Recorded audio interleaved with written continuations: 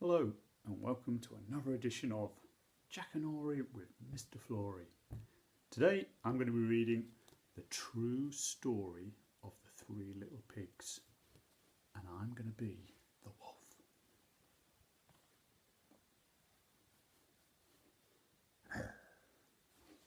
I hope you're sitting ready. Here we go. Everybody knows the story of the three little pigs, or at least they think they do. But I'll let you in on a little secret. Nobody knows the real story because nobody has ever heard my side of the story. I'm the wolf, Alexander T. Wolf. You can call me Al. I don't know how this whole big bad wolf thing got started, but it's all wrong. Maybe it's because of our diet. Hey, it's not my fault wolves eat cute little animals like bunnies and sheep and pigs. That's just the way we are. If cheeseburgers were cute, folks would probably think that you were big and bad too. But, like I was saying, the old big bad wolf thing is all wrong. The real story is about a sneeze and a cup of sugar. This is the real story. Way back in Once Upon a Time, I was making a birthday cake for my dear old granny. I had a terrible sneezing cold and I ran out of sugar. So, I went next door to ask if I could borrow a cup of sugar. Now, the guy next door, he was a pig. And he weren't too bright either. He built his whole house out of straw. Can you believe it? I mean, who in their right mind would build a house out of straw? So, of course, the minute I knocked on the door, it fell right on in. I didn't just want to walk into somebody else's house, so I called, little pig, are you in? No answer. I was just about to go home without the cup of sugar for my dear old granny's cake. That's when my nose started to itch. I felt a sneeze coming on. Well, I huffed and I snuffed and I sneezed a great big sneeze. Achoo! And you know what?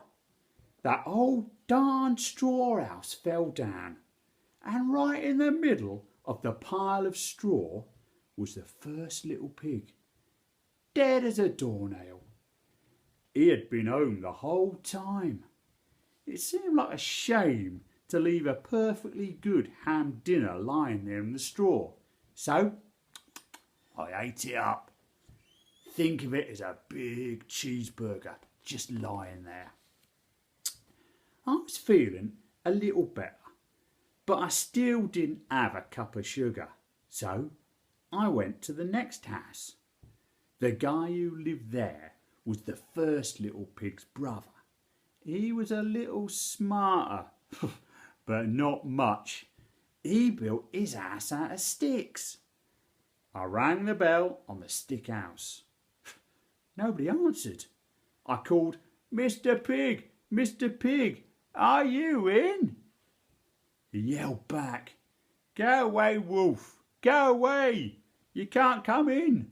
I'm shaving the hairs on me chinny chin chin.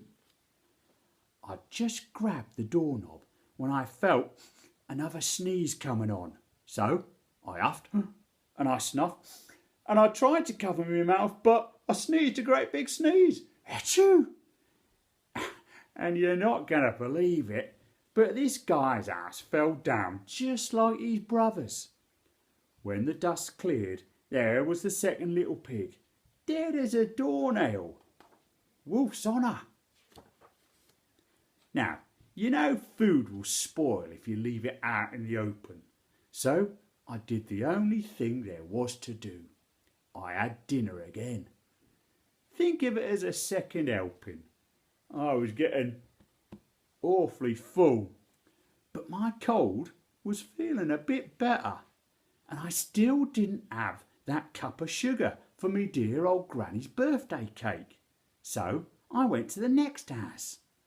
This guy was the first and second little pig's brother. He must have been the brains of the family. He'd built his house out of bricks. I knocked on the brick house. No answer. I called, Mr. Pig, Mr. Pig, are you in? And you know what that rude little porker answered? Get out of here, wolf. Don't bother me again. Talk about impolite. He probably had a whole sack full of sugar, and he wouldn't give me even one little cup for my dear sweet old Granny's birthday cake. What a pig. I was just about to go home and maybe make a nice birthday card instead of a cake when I felt my cold coming on. I huffed and I snuffed and I sneezed again. Achoo! Then the third little pig yelled, and your granny can go and sit on a pin. Now, I'm usually a pretty calm fella, but when somebody talks about my granny like that, I go a little crazy. When the cops drove up, of course I was trying to break down the pig's door, and the old time I was huffing and puffing and sneezing and making a real scene. Well, the rest, as they say, is history. The news reporters found out about the two pigs I'd had for dinner. They figured a sick guy going to borrow a cup of sugar didn't sound very exciting. So they jazzed up the story with all that huff and puff and blow your ass down, and they made me into the big bad wolf. That's it. The real story. I didn't do it. I was framed. But maybe you could lend me a cup of sugar.